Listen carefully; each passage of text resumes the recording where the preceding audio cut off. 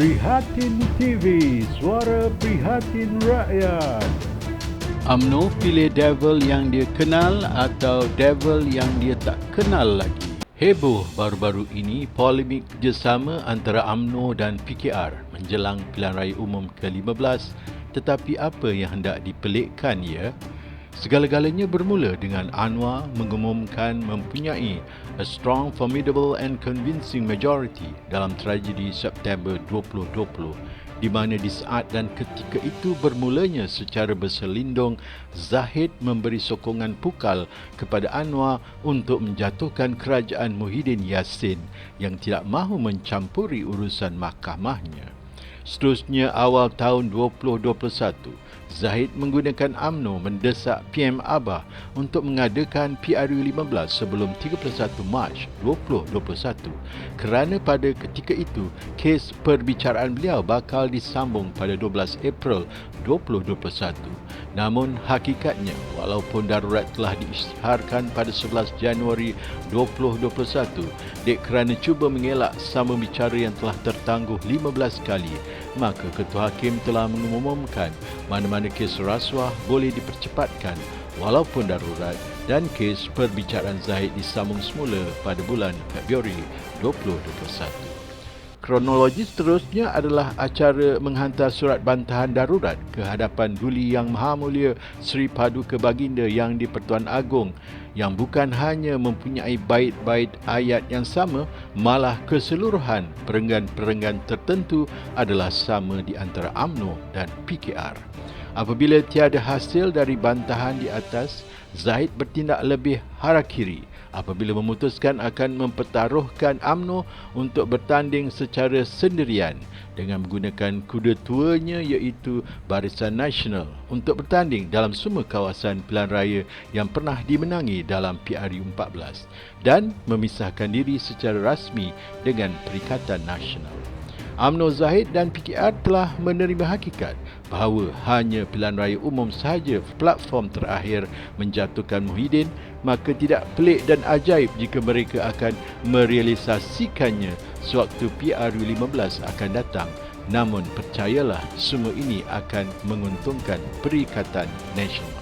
Asas kerjasama tidak kukuh kerana ia bersifat peribadi dan terdapat bantahan dari akar umbi parti kerana kemenangan BN dalam 7 PRK sebelum ini adalah jelas menunjukkan akar umbi dan rakyat tidak dapat menerima ideologi maha resis Pakatan Harapan dan tidak akan berani mati Zahid bakal mematikan harapan pemulihan UMNO kerana Zahid sudah dikira mati dari sudut politik sekiranya disabitkan atau dijatuhkan hukuman oleh mahkamah.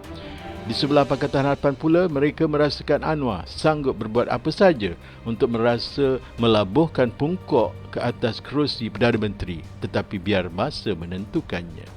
Anwar seharusnya berasa tertekan kerana kerusi PKR-nya semakin hari semakin mengecut dan ianya belum berakhir lagi sebab asas perjuangan PH juga adalah hanya untuk memartabatkan Anwar sebagai PM ke-9 yang tidak mungkin terjadi.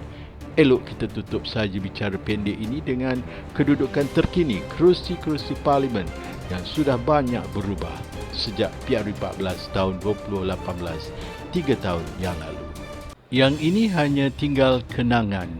Kedudukan terkini bersatu menyaksikan peningkatan ketara kepada 31 kerusi, satu petanda yang baik.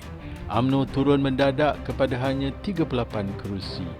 PAS kekal dengan 18 kerusi menunjukkan petanda yang baik untuk mendapatkan tambahan kerusi pada PRU15.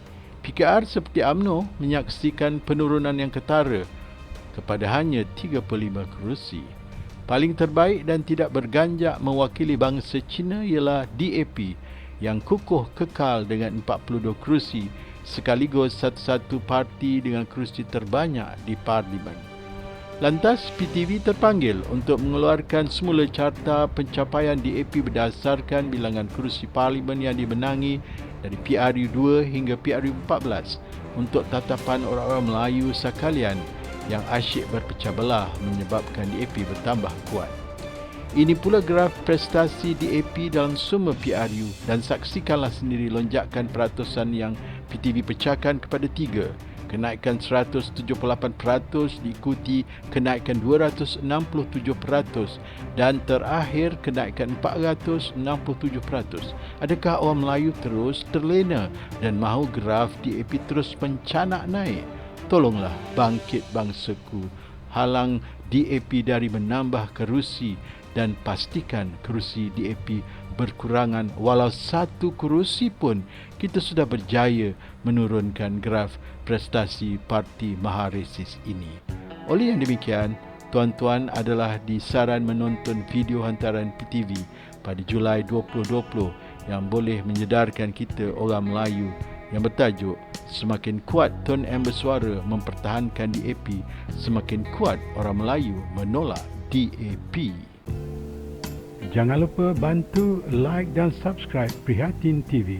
Sehingga bersiaran lagi. Assalamualaikum.